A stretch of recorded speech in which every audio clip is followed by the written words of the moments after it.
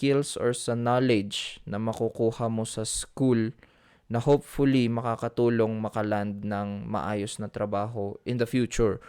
So, yun lang yung leverage mo eh. Yun lang yung pinanghahawakan mo. So, mag-focus ka dun.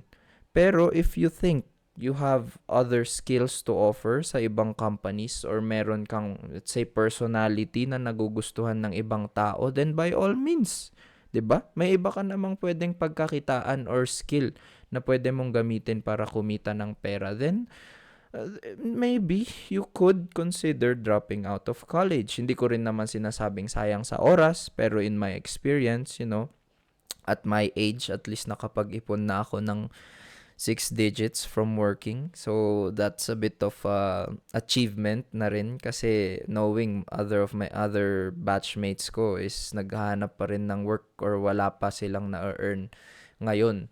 So, that's something to be proud of. Pero, it's not to say na hindi pa rin ako nagkakaroon ng anxiety whenever I view, social media stories na parang, ay, nakagagraduate na ito. Like, oh, RMT na ako, RPH na ako. So, like, oh, congratulations, like, welcome to the world of, reality in a sense. So, ayun. I've worked with that client. Tapos, umalis din ako kasi nababaan ako sa sahod. Then, I managed to secure a private client naman. So, yun. Dun talagang malaki sahod ko. Tapos, wala akong masyadong ginagawa. More on marketing stuff. Tapos, yung client ko ngayon, kasi yung client ko na na-secure ko na yun, mataas yung sahod. Unfortunately, medyo nagkaroon ng problema sa company niya. So, he had to let me go.